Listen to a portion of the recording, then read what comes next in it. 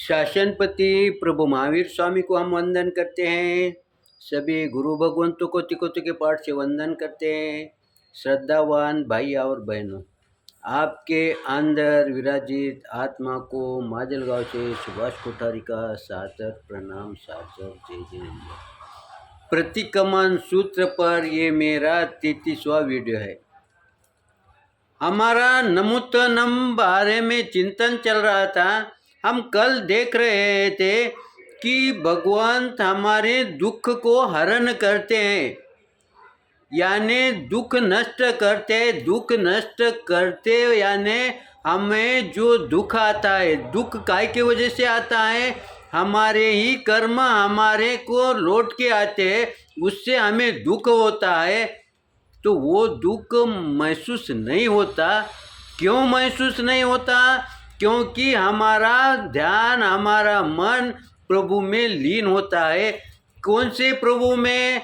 जिनके पास ज्ञान का भंडार है, श्रद्धा अटूट है, वो छद्मस्त नहीं है।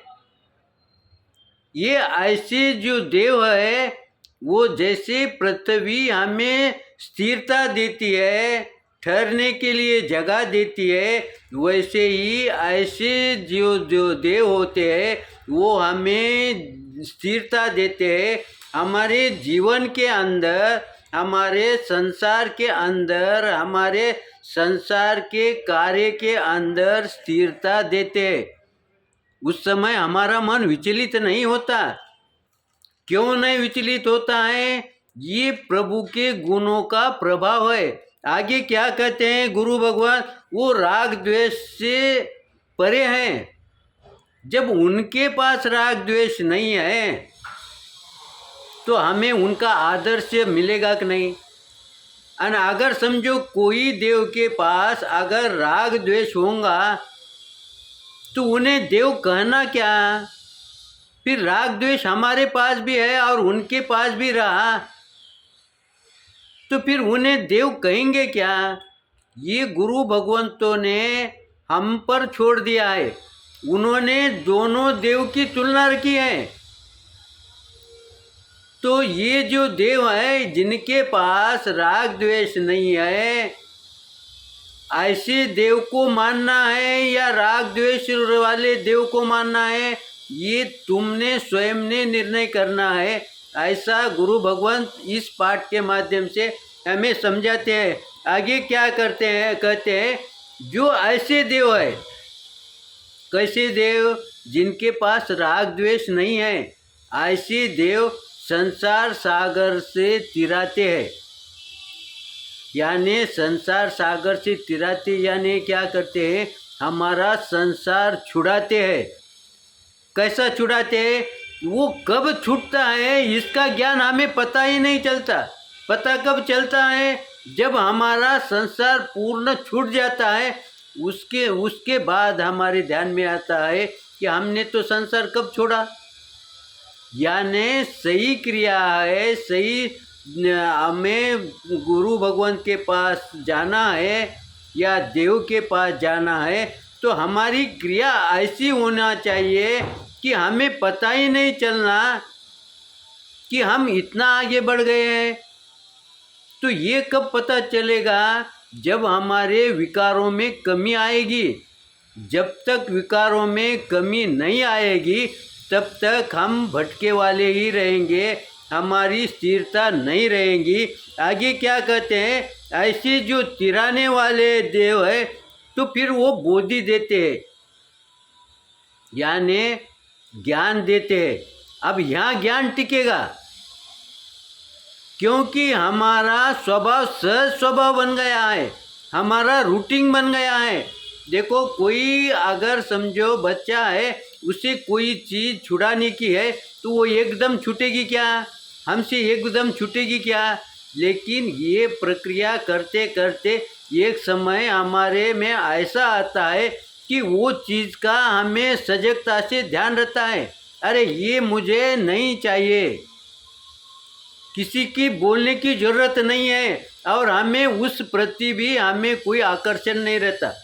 या कोई भोजन की भी चीज़ होंगी, खाने की चीज़ होंगी, अगर हमने उसका त्याग कर दिया है और हमारा त्याग लगातार चल रहा है, तो वो चीज़ सामने आने के पश्चात भी हमें वो ग्रहण करने के भाव नहीं रहते। क्यों नहीं रहते? क्योंकि हमारे मन से वो चीज़ छूट गई है। इसीलिए गुरु भगवान हमारे देव कैसे हैं? उनके पास जो ज्ञान है, उनके कारण हमें जो चीज़ छूटते हैं उसका पता ही नहीं चलता है। और ऐसे जो देव होते हैं ये कर्मों से रहित होते हैं। कर्म का बंध होगा क्या? कर्म का बंध किसको होगा? जिसके पास राग द्वेष ये रहेगा, विकार रहेंगे, उसका कर्म का बंध होगा। फिर तुलना करो, हमारे देव के पास राग द्वेष है क्या? होना चाहिए क्या? फिर हमें देव कौन से चाहिए? राग द्वेष वाले चाहिए या राग द्वेष रहित वाला चाहिए? जिसका चिंतन करने के लिए गुरु भगवंतों ने ये गुण का वर्णन किया है। आगे क्या कहते हैं? वो दूसरे के कर्मों को मुक्त करते हैं। यानी गुरु भगवान, गुरु कैसा होना? स्वयं तिरे और दूसरे को तिराए। फिर गुरु ही ऐसा होना क्या? देव नहीं होना क्या? देव भी ऐसा होना चाहिए, स्वयं भी मुक्त हुआ हो और दूसरे को भी मुक्त का मार्ग दिखाने वाला हो। जब स्वयं मुक्त होंगे, जैसे हमारे पास जो चीज़ है वही छलकेगी, वही बार बार आए। समझो हमारे स्वभाव में अगर दोष होगा तो वो क्षण पर हर समय पर वो उभरेगा। लेकिन कोई साधक होगा, कोई श्रावक होगा, उसके पास ये अगर दोष नहीं होगा तो उसका हर समय सद्गुण ही छलकेगा, सद्गुण ही प्रकट होगा, क्योंकि उसके पास वो लबालब भरा हुआ है। वैसे ही हमारे देव के पास कोई भी दोष लेश मात्र भी नहीं है, तो गुण प्रकट होंगे कि नहीं? गुण छलकेंगे कि नहीं? उनका हर गुण हर समय छलकेगा। इसीलिए हमारे देव कैसे रहते हैं? हमेशा प्रसन्न रहते हैं, हमेशा प्रसन्न मुद्रा में रहते हैं, आनंदित रहते हैं, क्योंकि उनके स्वभाव में विकार भाव रहते ही नहीं है। और जैसे ही हम उनके सन्मुख जाते हैं तब हमें भी उनको देखकर प्रसन्नता होती कि नहीं? क्यों प्रसन्नता होती है? क्योंकि उनके जो सद्गुण है उनका प्रभाव हमारे ऊपर गिरता है। यहाँ पर सद्गुण जो होते हैं वो दुर्गुण पर हावी होने नहीं देते, दुर्गुण को हावी होने नहीं देते। इसीलिए दुर्गुण वहाँ नष्ट हो जाते हैं या दब जाते हैं और सद्गुण ऊपर कर सामने आता है। तो हमारे भी भाव बनते कि नहीं?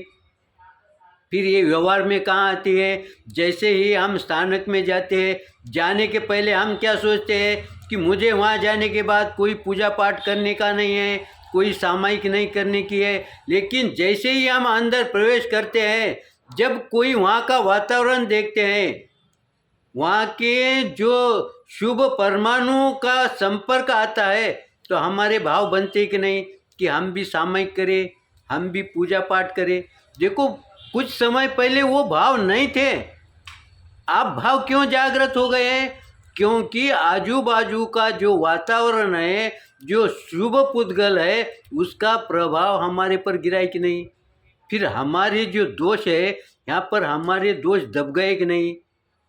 यहाँ दोष नष्ट नहीं हुए, क्योंकि दोष नष्ट करने के लिए हमें प्रयास करना पड़ेगा, हमें साधना करना पड़ेगी। लेकिन किसी अच्छे भाई का समझो, कोई साधक का समझो, जब संपर्क आता है तब हमारे दुर्गुण दब जाते हैं।